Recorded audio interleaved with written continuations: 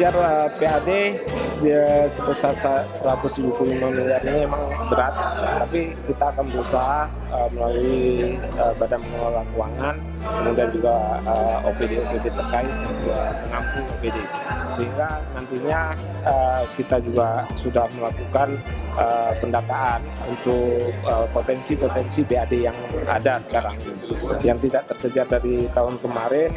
Insya Allah kita akan intensifkan dengan bekerja sama juga dengan teman-teman dari Kejaksaan untuk seperti penempatan tapping box ke depan akan kita tingkatkan kembali.